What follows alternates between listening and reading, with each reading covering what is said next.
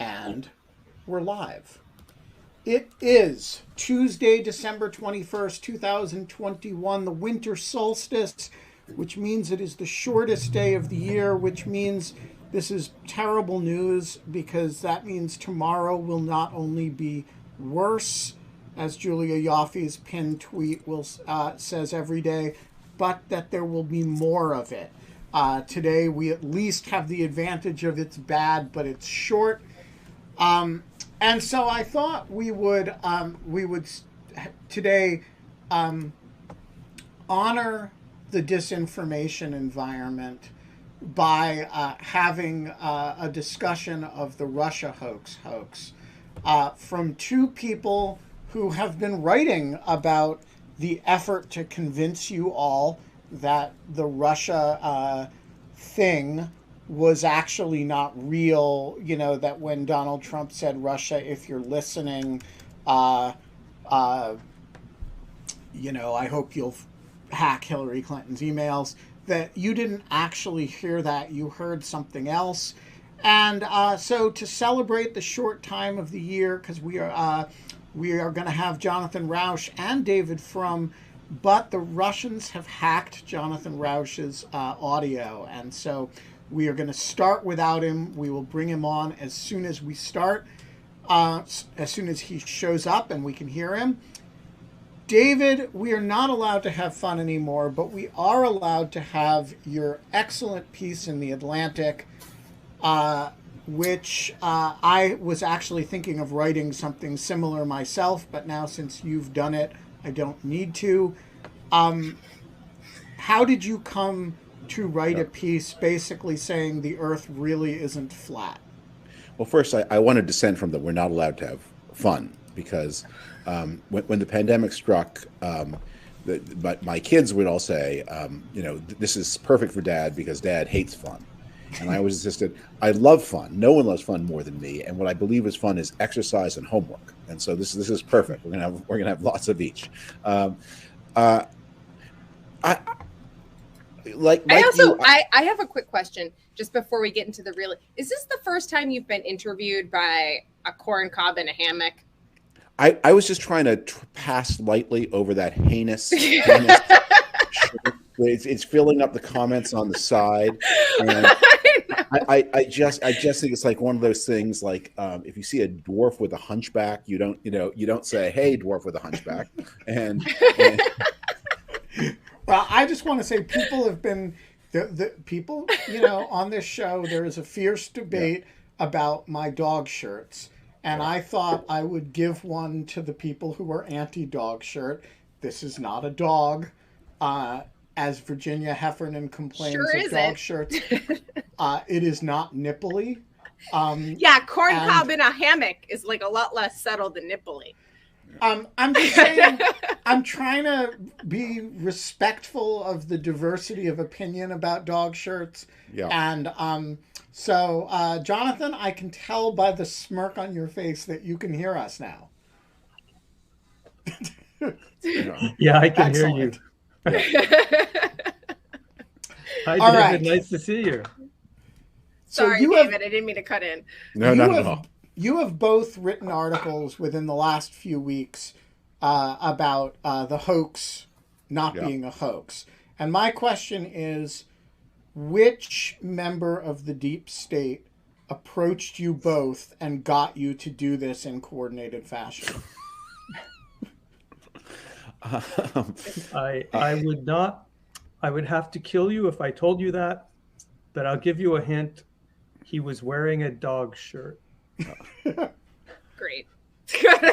We're off to a good start. Right. Well, my last conversation with George Soros took place sometime around the year 1991, so it wasn't him.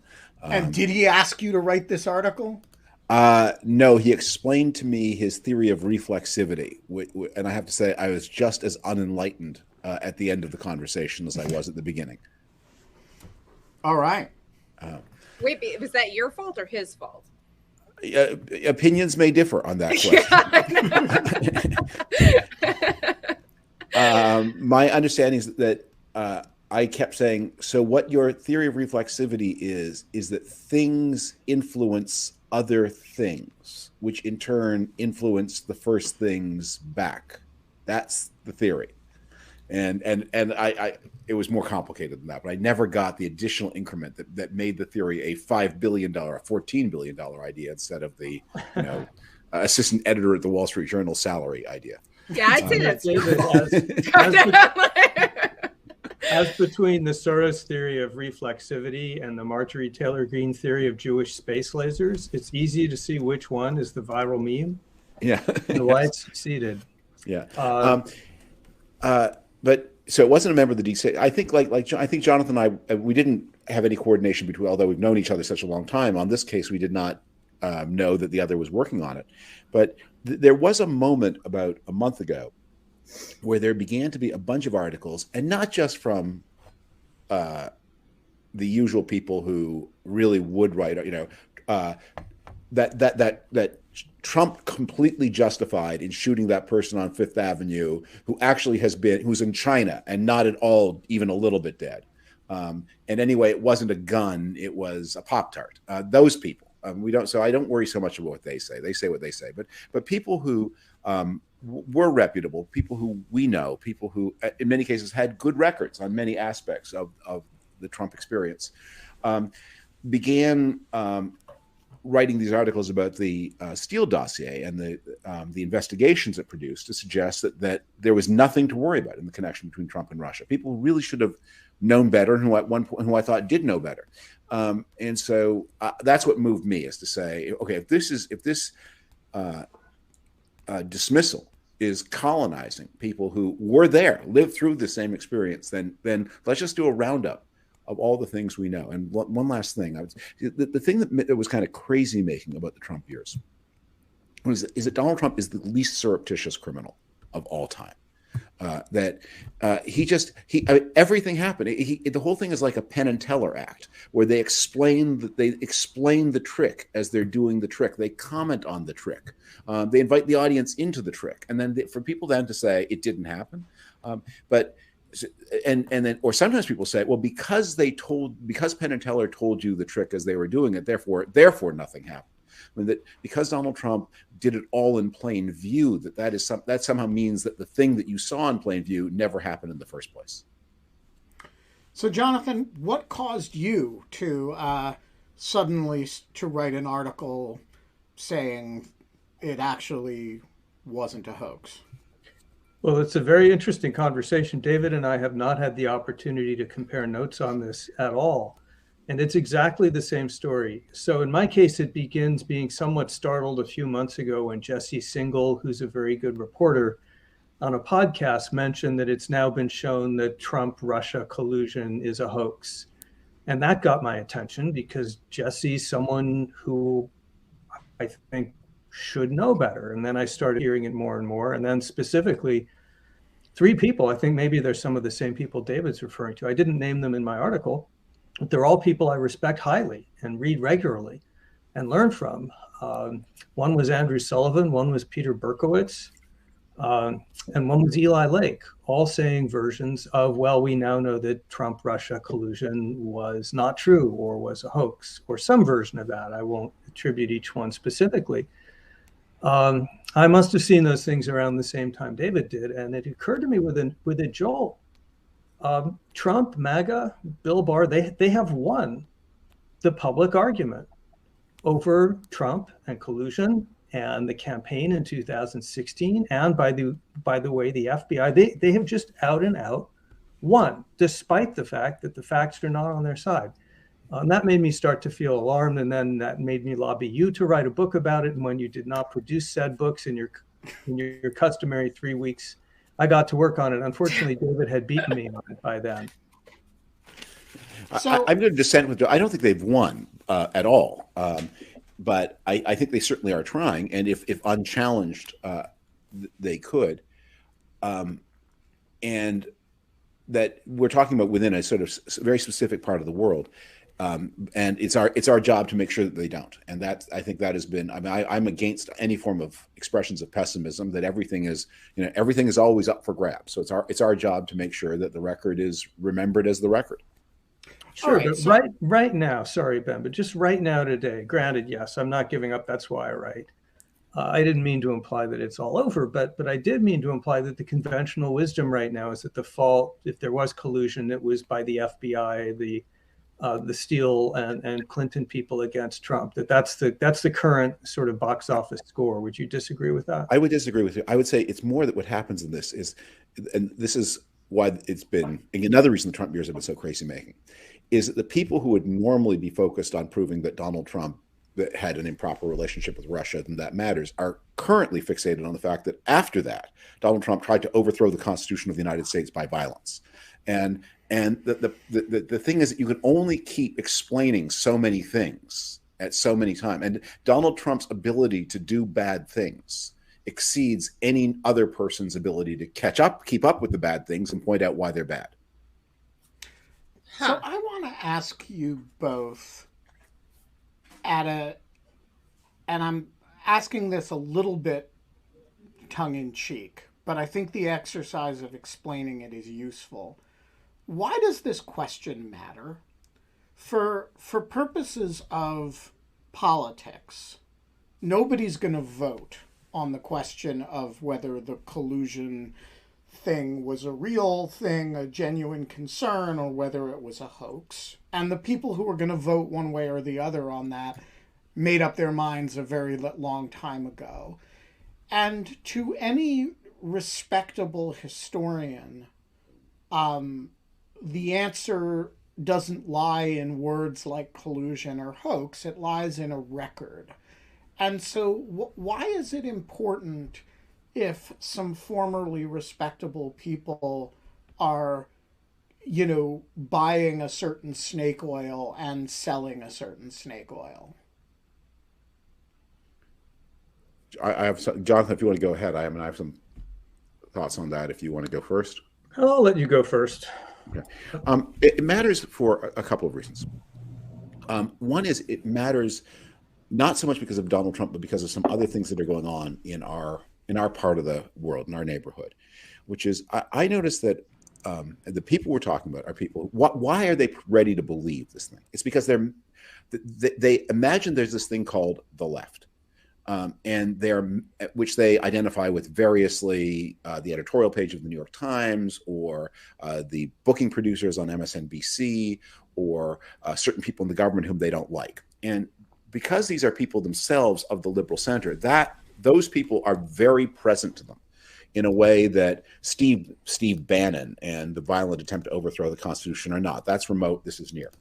And so that there are people who are caught up in these narcissistic, petty arguments. And one of the things you're trying to say, there's a real danger that this will become a habit, and that in pursuing your quarrel with the editorial page of the New York Times or Rachel Maddow or James Brennan, Jim Clapper, you're going to lose sight of what actually matters in American politics. So part of this is to yank back people like Jesse, like Andrew, and to say to them, like, what is important. Stop wasting your energy on things that are merely irritating. This is one of the things that I think bothers me about the whole wokeness debate. That there's a lot about it that is wrong, and there's a lot about it that is irritating, but none of it that is as important as the risk that we could, lose the institutions of democracy in the United States. And then the second reason it's important is because, as I said, because Donald Trump did so many bad things, there is a tendency for the critical mind to focus only on the most recent and for the whole record of them to be lost to sight. And I understand why the typical busy voter reacts that way, but the people who have more time and space to think about political life, they need to keep the whole record in mind, which includes lots of bad things. And you should be able to have a reaction to all of them, not just to the most recent. So my additions to that list, because all of that is absolutely right, is what I tried to do in my article. David's article actually is more complete and does a better job on the chapter and verse of what Trump did and the Russians and all of that. What I tried to add to the equation was understanding what they're really trying to do here and why it succeeds and why it's very dangerous. And that argument is that Trump's I think his most powerful political weapon, his ability to evade accountability while doing horrible stuff, breaking all kinds of norms, has a lot to do with his virtuosity at manipulating the information environment to confuse people, to disorient people, to change the subject, to turn back any charges against him. I'm not the puppet, you're the puppet.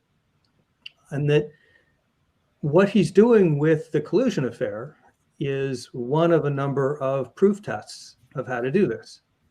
It's a textbook disinformation. It's important to understand first that he's doing it and second how he's doing it in order to resist it, because these are very powerful techniques and we're seeing that now. So in my article, I also try to figure out, so how did he do this? How does he persuade so many smart people, the kinds of intellectuals and elites that rank and file tend to take their cues from in terms of understanding, of deciding what to believe? How does he fool us? How's he doing it? And I come up with some answers to that. They involve repetition and narrative reversal. And I think it's very important to understand what they're doing because we're very vulnerable to it. So I'm going to ask a quick question, which is like, I'm hearing two things. One is that the reason that this is important is basically because you can't control the narrative can't control the narrative. And I'm unclear whether you're saying that the important thing here is that Trump is controlling the narrative such that he is changing the subject, which I feel is like what David is saying. He is pointing us away. We are getting distracted by this like shiny object wokeness or like all of this kind of whatever, and like getting lost in kind of like okay, now we're like, we've bought his talking points and we're going to like leave this story alone, and get away from like kind of a lot of the things that are really important about saving democracy. Or whether it is that he has actually, it's not about distraction. It is about actually, how do I say this? Just kind of owning, like kind of just like taking over the narrative so completely. And maybe those are the same thing, and I'm kind of making a useless distinction here. But it seems like one thing to kind of be like, here, don't pay attention to this thing. But honestly, like this is kind of a nature of reality type of question, which is like, well, if everybody's talking about this thing, doesn't it become a thing? Like, isn't that very much how this all has happened? This entire last 6 years is like, it really doesn't. I mean, this has kind of been my struggle with the mis and disinformation debate, frankly, is like at a certain point, if enough people are talking about the disinformation, the question of whether it's disinformation becomes secondary to the fact that it's news that disinformation is out there. Those are two different things. I don't know if I'm making complete sense right now. So I'm sorry to. No, go ahead. Because I think that in the Trump-Russia story, there is actionable information that is useful to understand. Once we understand what the story really is, and what it isn't, we understand not only our recent history, but we understand this person who was president and could be a Republican nominee again. The essence of the Trump-Russia story was that it revealed that there was nothing that Donald Trump would not do for a dishonest dollar.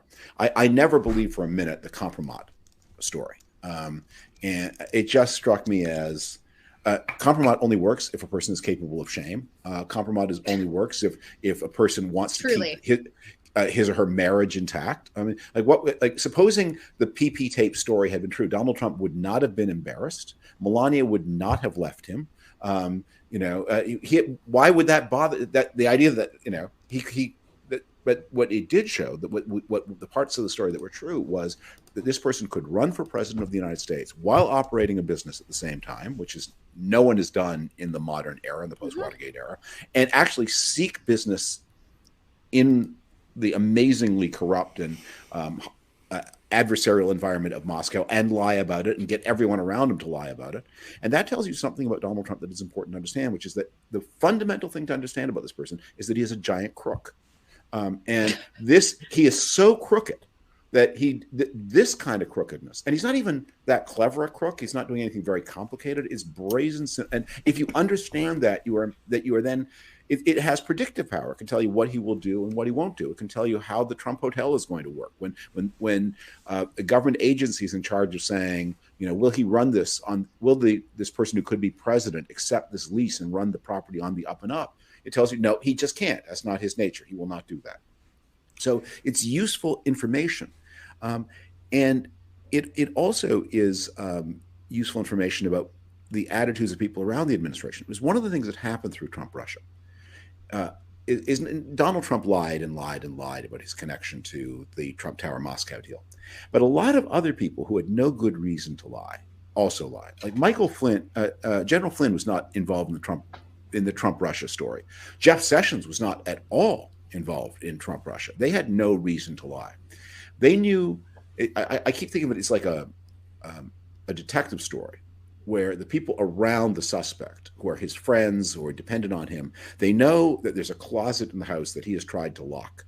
And they know there's a terrible smell coming from that closet. And they know the police keep looking at the closet and jiggling the door handle. And then the police ask them, have you been anywhere near that closet? And they don't know, they do not themselves know what's in the closet. They just know it is not healthy to be in any way connected to this closet. And so they lie. And that lying then became really important to the foreign policy of the Trump administration. It explained a lot of what happened that led to the Ukraine investigation, that there were these secrets that people around Trump didn't understand, but they knew they had to protect. All right. So, Jonathan, I want you, for the layman who is, has read some Eli Lake, got a little bit of Andrew Sullivan thrown in there, maybe heard Peter Berkowitz, read him on RCP, and is thinking, oh, this Trump Russia shit, I guess it, didn't amount to anything, and the left, made such a big deal about it. I guess we should round it to zero. Remind us, and take such time, as they say in Congress, as the gentleman may require. Remind us what the actual Trump collusion story was. Well, there's so much to choose from. And it is important. Kate, just a footnote to your last question. I think I understand where you were going with your last question, which is on Russian election interference. There was probably more noise about the interference than there was actual effect of the interference. Yeah. That is not the case with Trump-Russia collusion, because there hasn't been anywhere near enough noise about that. At least there isn't at the moment compared to what actually happened. There needs to be more noise about it. That's why David and I wrote what we wrote. So what should there be noise about?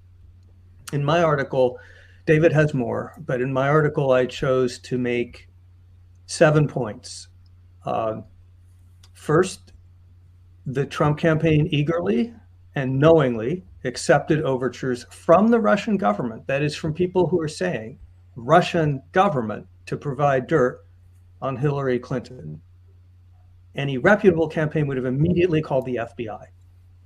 The Trump campaign said, we love it, bring it on. They were trying to collect intelligence dirt on their opponent from a hostile, adversarial foreign government. That seems kind of like collusion. Number two, Trump publicly, not at a rally, often forgotten detail, at a press conference, asked the Russians to illegally, that is, violate US law, steal and dump Clinton campaign documents, which later that same day, Russian intelligence does. That looks like coordination in full public view, and being in full public view doesn't make it any less coordinated. It's surely not a coincidence. By the way, Trump has said I was just being sarcastic. You can look at the footage of the press conference. A gobsmacked reporter says, are you serious? Do you really mean it? And he basically says, yes. It's in Trumpese, so it's a word salad, but he says, why shouldn't I be serious? Number three, the Trump campaign and its associate had at least 100 contacts, by some counts 140, with assorted Russians, including people who are known to be tied to organized crime and Russian intelligence. That's according to, among other sources, the Mueller report and the Senate Intelligence Committee account, which is bipartisan. Republicans signed off on it. That's a lot of contacts between a campaign and an adversarial former government. That doesn't just happen routinely. Number 4, Trump's campaign chairman, the guy at the very top, not some flunky, the guy at the very top provided internal campaign materials to a long-term business associate of his who just happened to be, according to both the Senate report and the US Treasury Department, a Russian intelligence operative. So the guy at the top of the campaign is providing campaign inside information to Russian intelligence. Does that sound like collusion? Number 5, the campaign team, including Trump himself, was well aware of potential plans by Russia's WikiLeaks partner. They've been identified as a cutout for the Russians to dump stolen documents, and the campaign kept tabs on this effort, made an effort to understand when it was happening in order to, and tried to schedule it in order to exploit it. Number 6, Trump and Michael Cohen, his fixer, are asked directly whether they had business dealings and ongoing arrangements with Russia, business arrangements, and they lie, point blank. They just deny it. This is the point that David made earlier. And to me, what is in some ways the most telling of all, and the one that's most frequently forgotten, is number 7. Look, the way a normal, patriotic, law-abiding American reacts when approached by a hostile, adversarial foreign government to provide intelligence on a political opponent, in other words, to interfere in the campaign, is you pick up the phone and you call the FBI. And you tell everybody in the campaign, don't have anything to do with this. That's not what happened. At no point, when all of these other things are going on, at no point do Trump and his people report Russia's activities to US law enforcement.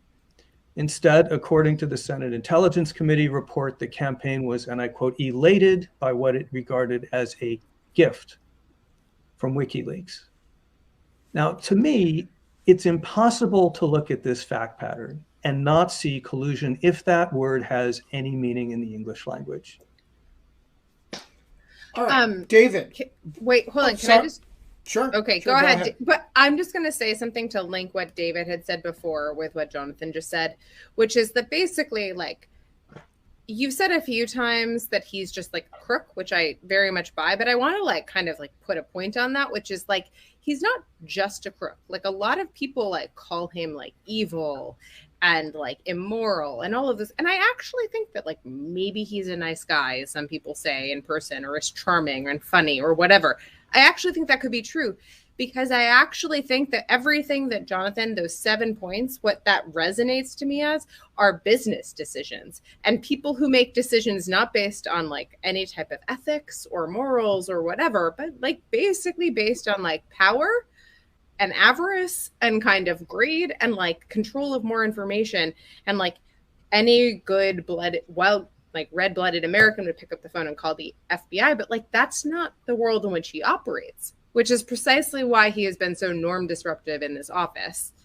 But anyways, I mean, I'm not like saying anything that's actually like striking anyone as new, but it is that there is like, he doesn't necessarily have to have a black heart. It's just that he like is operating under impulses that are just completely exogenous to the office of the President of the United States. Look, Does that make sense? No, that made no sense. Crooks are often charming. And unfortunately, people of the word are often especially vulnerable to the charm of crooks, because they you know, those of us who always actually wait for the light to change before we go across the crosswalk, you know, we get a little thrill from the people who, you know, smash the driver's window of a car that offends them. It's sort of exciting to see. But there is no country. I mean, I have only been in a room with Donald Trump. My wife had dinner with him. We were at a fancy dinner, and this is now 20 years ago, and she got the seat next to him at this fancy dinner. I sat with him for 3 hours and found him very amusing, very entertaining. His crookedness was one of the reasons he was so amusing, because he respected no rules, because he was willing to say terrible things about his good friend who was who was paying for the dinner that we were all enjoying. That was kind of funny about that he was willing to entertain and be entertained. That is not at all contradictory with having, when you say a black heart, I mean, having no respect for decency, no respect for norms. It doesn't mean you have to be boring. Many people are very decent art. I mean, every romance novel is based on the premise that the decent guy tends to be kind of boring and the indecent guy tends to be kind of thrilling. No, I do, like, I think that those, I want you to, that I'm not going to like delay this much longer, but I just was going to say that, like, that was a little bit aside from what I was saying. I was basically saying that, like, I think that the relationship he has with the WikiLeaks, for example, as like Jonathan's last point, like the relationship he has with that type of information is that it's the truth.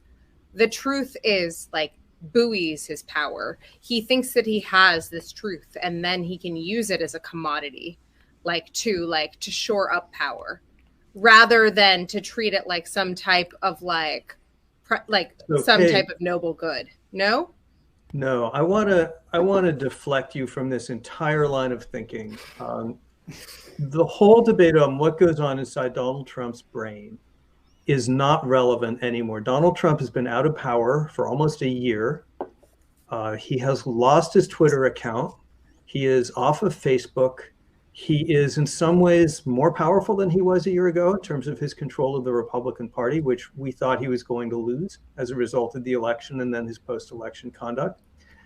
And we have now seen that all the tactics that he employed in convincing the world that Trump and Russia was a hoax are tactics that others can use as well, and the Republican Party is using them. We need to think of this as an institutional attack by MAGA, which is, I've become comfortable using the term American-style fascism to think about what this thing is. But this is a movement which has its sights set on American democracy and is using sophisticated forms of information warfare. And one of the most sophisticated and successful examples of that, number 2 after Stop the Steal, is no collusion. So we need to get out of Trump's head. That is not what's important. No, you're right. We need to understand what's being done to liberal democracy here and how dangerous this is. So, David, I want to ask you for your version of the Trump-Russia story, assuming that you would not disagree with any of the 7 points that Jonathan made. I agree with them all, yeah. I also assume you would tell the story a little bit differently. From your point of view, if you had the person influenced by Lake, Berkowitz, and Sullivan in front of you, and they said, but isn't this all bullshit? What would you say to them? I said the story of Trump-Russia is the story of the least bankable name in the New York real estate industry. At a moment of desperation, deciding to go into money laundering for a living. And that the story of the Trump empire Donald Trump goes bust a bunch of times. And he goes bust in the most spectacular way at the end of the 80s, but he goes bust again in the early 2000s.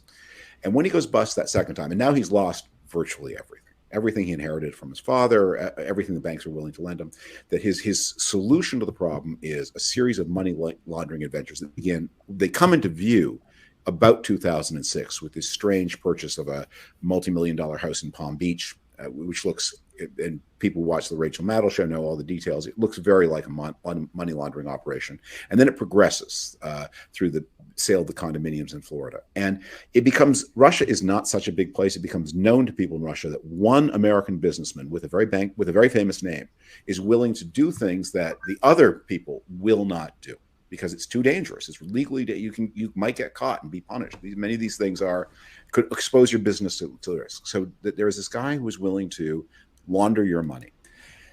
And he comes more and more to the attention of important people in Russia, and comes more and more to the attention of the center of Russian power. And then, and he's had this long-standing fantasy, this money launderer, of doing a big deal in Russia. That starts in 2013. Where it really inflames. That's when he launches the Trump Tower. And the Trump Tower project, Moscow, goes nowhere from 2013 to 2015. And then in 2015, Trump becomes a leading candidate for the Republican nomination. Remember, he declares in June. By July, he's the front runner. He is the front runner every week from July of 2015 until the Republican nomination, except for 1 week in, I think, November, when he briefly loses it to Ben Carson. But otherwise, he's the front runner. And at that point, the Trump-Russia deal comes alive. And it goes to Putin, and it looks like it's really going somewhere. And the Russians are dangling this tasty morsel in front of his nose, and he is then, and then they explore ever closer cooperation with the campaign to help this guy. Because here's the thing to think about this: so Russia has a GDP about the size of Italy. It's except for its reckless adventurism and its gas reserves, it's not really a great power. This is not China. It's a military power, but it's a weak place. And they can read the polls as well as anybody else. They know it's overwhelmingly likely that Hillary Clinton will win the 2016 nomination. And they still decide to take this extraordinary risk to hurt Hillary Clinton and help Trump. It had to be worth it.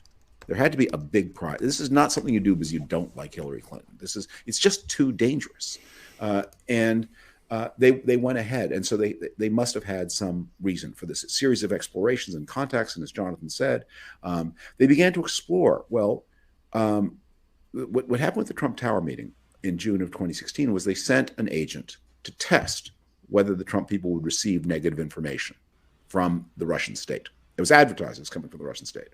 Now that person arrived with a briefcase full of shredded paper. That the briefcase expected to be full of money. It was full of shredded paper. The agent did not, in fact, bring dirt.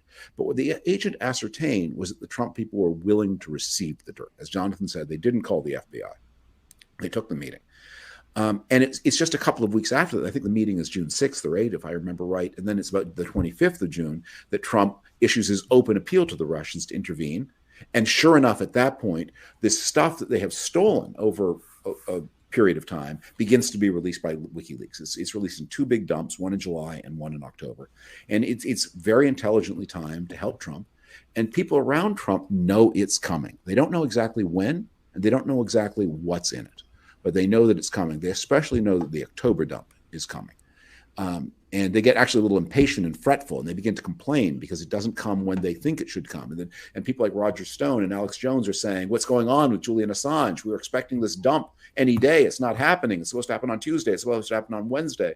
And Julian Assange himself does not even seem to know when the dump is coming. That he calls a press conference, I believe, for a Tuesday, and thinking there's going to be a dump, and it doesn't come that day. He has lost control of the material that is routed through through WikiLeaks, supposedly his organization. But it does dump, and it has a huge impact on the election. So that's the story I would tell. Is Trump a Russian asset? No, he's too unreliable and flaky and weird and too driven by his own agenda. Is there a back and forth communication? Probably not. It looks like both sides were acting. They were kind of signaling to each other, but they never probably seem to have been in direct contact one with another. Is this a criminal conspiracy as prosecutable in U.S. law? Evidently not. At least the Mueller investigation decided not. Is it a huge national security risk? I think so. Is it a sign of the most corrupt administration in American history, and there is no runner-up? For sure. All right. May I add a friendly amendment? Please. So, Kate, going back to the point you're making earlier, there's this story David just told of unprecedented corruption in terms of the business dealings and all of that. And then the even greater corruption of working in collaboration, whatever word you use, with Russians against the American election and Constitution.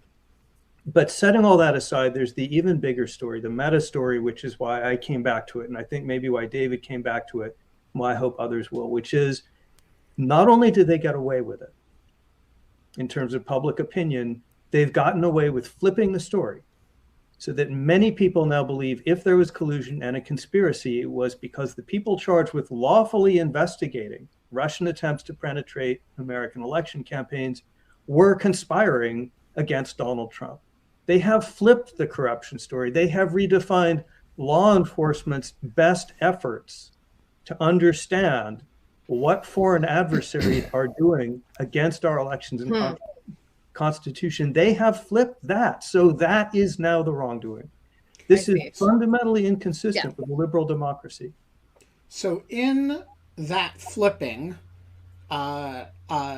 which I think is the most important aspect of the memory holing of this, it's the projection of the collusion onto the other side.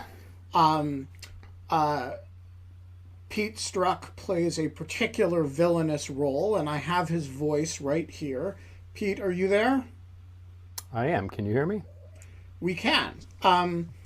And no for video, those of you who because I'm wearing I'm wearing black to go with the villainous image. That's unfortunate. Yeah, well, look, I can't help your camera situation. That's between, but this gives you a more kind of ethereal presence.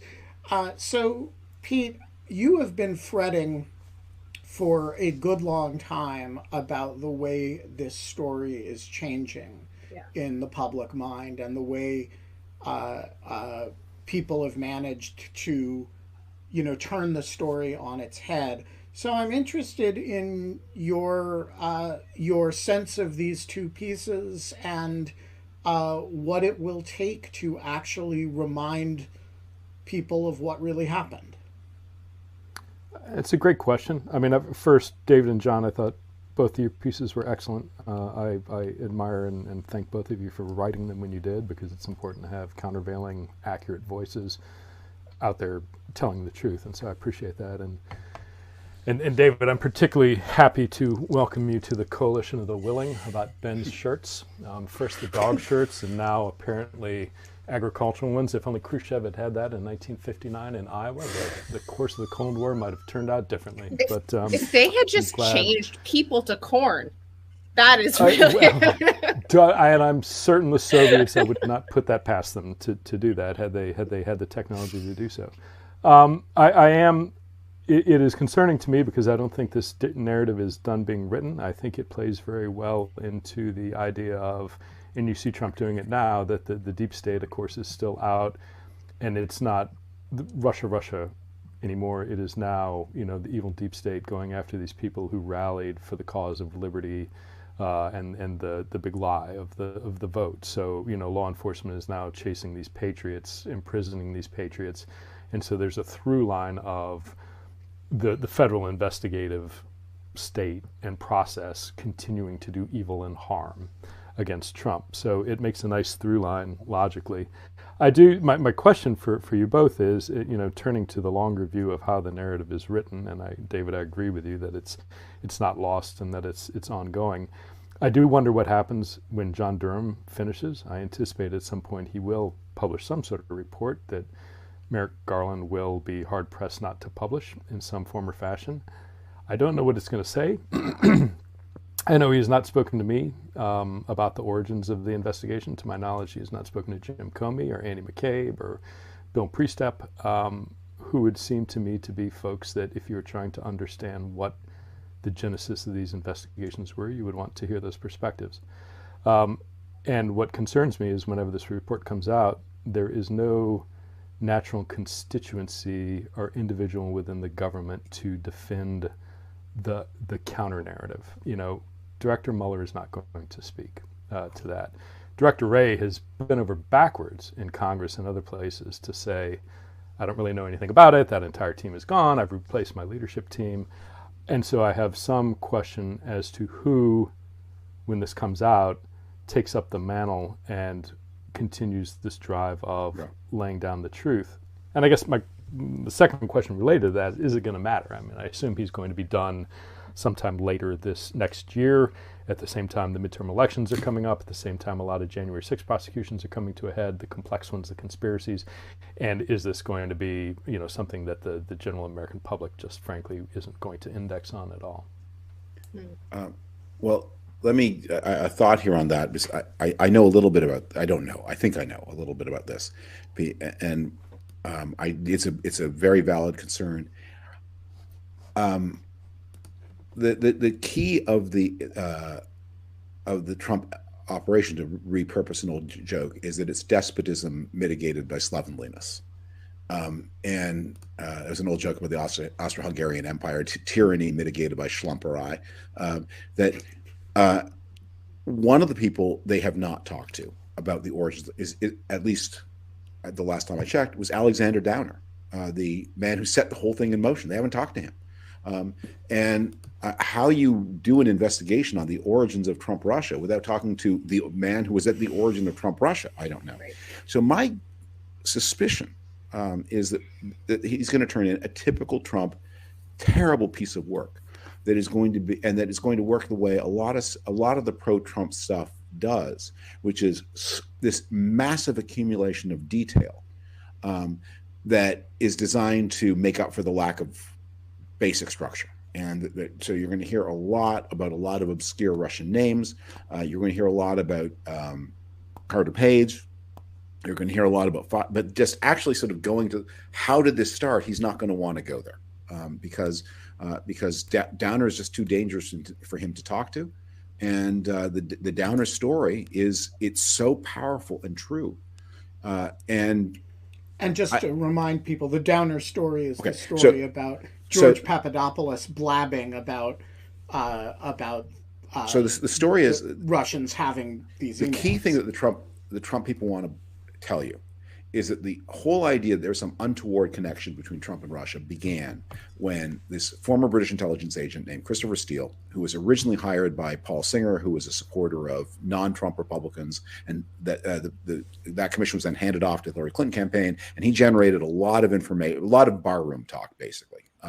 Much of it looking pretty worthless, and some of it looking like outright right. That was the start. But in fact, the investigation started earlier, and it started because this man named George Papadopoulos, who was a minor sleazy operative, but who had got close to the Russian world, and who had picked up sometime early in 2016 that the Russians had Hillary Clinton's emails, and who was trying to get himself into a position of power by magnifying his own importance. He sought out the Australian High Commissioner in London for a drink. And this would have been in about, I think, if I remember right, about April of 2016. And he had one drink too many, and then began to explain how he knew that the Russians had Hillary Clinton's emails and that they were going to use them. And Downer then wrote a report to his own government about this, which was then appropriately, under the intelligence sharing agreements between Australia and the United States, shared with the FBI. And the FBI said, well, if there's this loudmouth wandering around London saying that the Russians have hacked the emails of one, that this is our business. And that's how it started. All right. Mr. Wattenbarger. Hello. The floor is yours. Hello. So, Jonathan, you wrote in your Persuasion piece about how the repetitions of the lies about the FBI and about the Trump campaign's conspiracy with the Russians were effective in persuading large numbers of people to actually believe these things. So I'm wondering, in your view, to what extent are the major news organizations, by not reasserting the evidence that that's out there that we have, from the Mueller report and so on, to what extent are they responsible for these outcomes? Are there editors in newsrooms who are just telling their reporters, you can't write that? Or are they afraid of criticism for the right? Do they have a twisted notion of what journalistic integrity is? Or what do you think's going on here? Well, I don't have any inside information on newsrooms, and of course the media is many different organizations and people. But my sense of it my first instinct would be to go back to something David said earlier, which is when Trump is in office, and even when he's not in office, he's a fountain.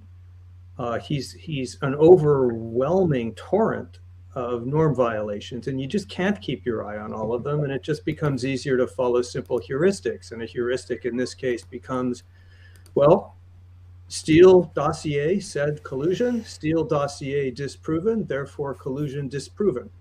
And then you move on because you've got a pandemic to deal with, you've got the wheels coming off Build Back Better bill, you've got inflation, And you've got, by the way, pretty growing threats to the integrity of the 2024 elections. So I don't entirely blame them, but I do think it's important that people like me and David and other people on this call keep the truth alive. So,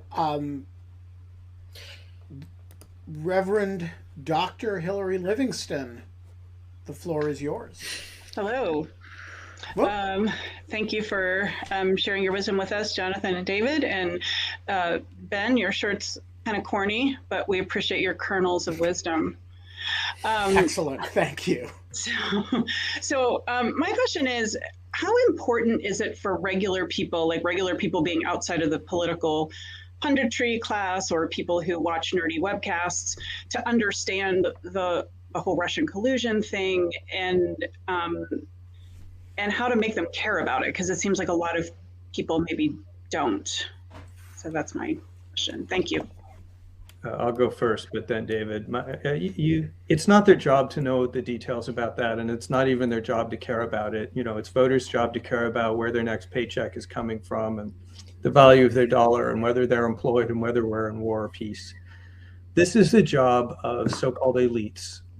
That is to say, this is the job of opinion makers and experts who really need to know this stuff and who, through our writings and work, project to people. They use fairly straightforward heuristics themselves, which is, what do the people I respect say about this? And if the people they respect, including people who are in other contexts anti-MAGA people, are saying, you know what, there was no collusion, it was a hoax, Steele behaved terribly, the FBI behaved even worse. If that's what they're hearing, that's what they'll go with. That's why it's so important that people like us in positions to know get this right. Mm-hmm. There was a saying or a tag during the Trump years: LOL, nothing matters. And I always thought that was completely wrong. The truth is, everything matters. It's just there's a lot of everything, and it all mattered. It all had a cumulative impact. I mean, it needs to be remembered. Here's a thing to keep in mind when you're thinking about Donald Trump and his impact on American life. Since the year 2000, there have been 6 presidential elections. There have been 12 people nominated to represent one of the 2 big parties in those 6 elections. Donald Trump finished respectively 10th and 11th out of those 12 people. The only person who did worse in those 12 elections was John McCain, running as the party of the incumbent, of the party of the president during the at the end of the Iraq War and in the throes of the worst economic collapse since the Great Depression. So the American people each didn't like him. In any meaningful way that you can talk about the American people as an aggregate. He was the only president in history who was never above 50% approval in any reputable poll on any day of his presidency. He was a massively, and he ended up losing re-election.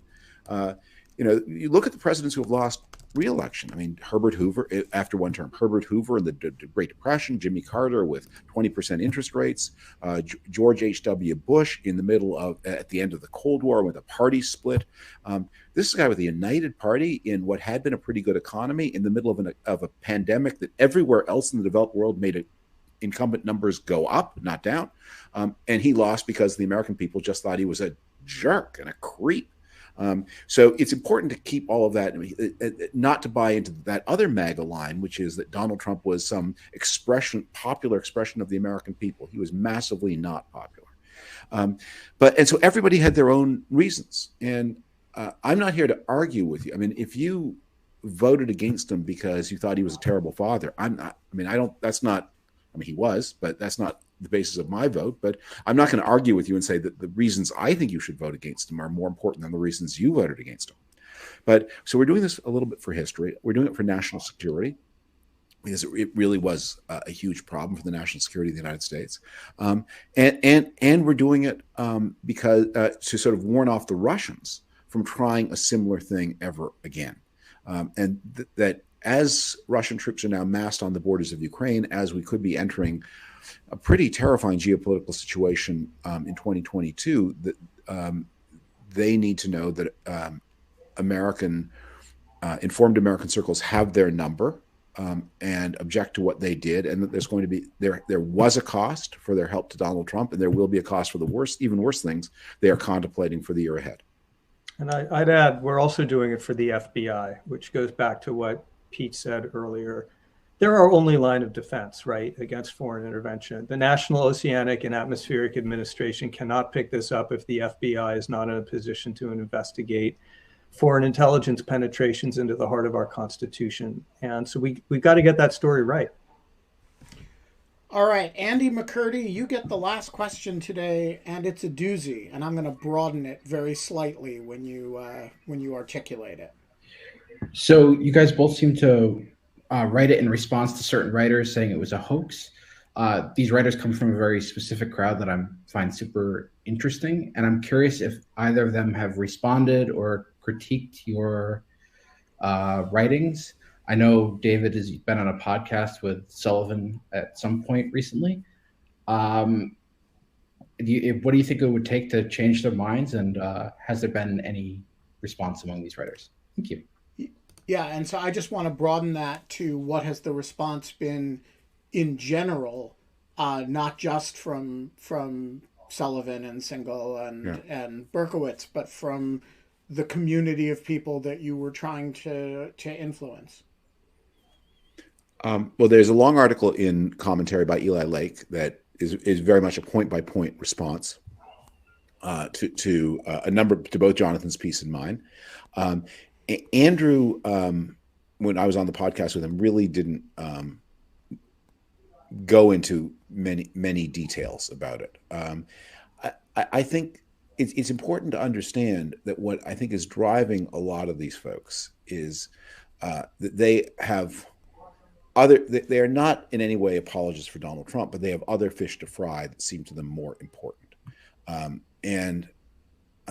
And maybe, I think in Andrew's case, he may exaggerate the extent to which Donald Trump is over and done with yesterday's business. I think with some of the other writers, this may be true of Brett Stevens of the New York Times and Eli. I think they're so mad at some of the institutions that were anti-Trump that seems to them much more present than the Trump story.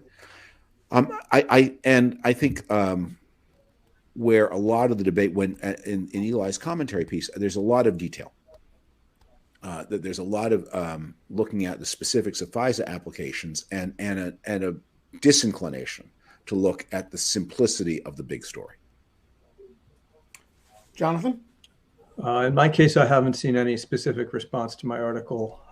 I made a strategic decision not to specifically name individuals or link to individuals because I wanted to tell the story in a more generalized way and not say, this is because person X said thing Y.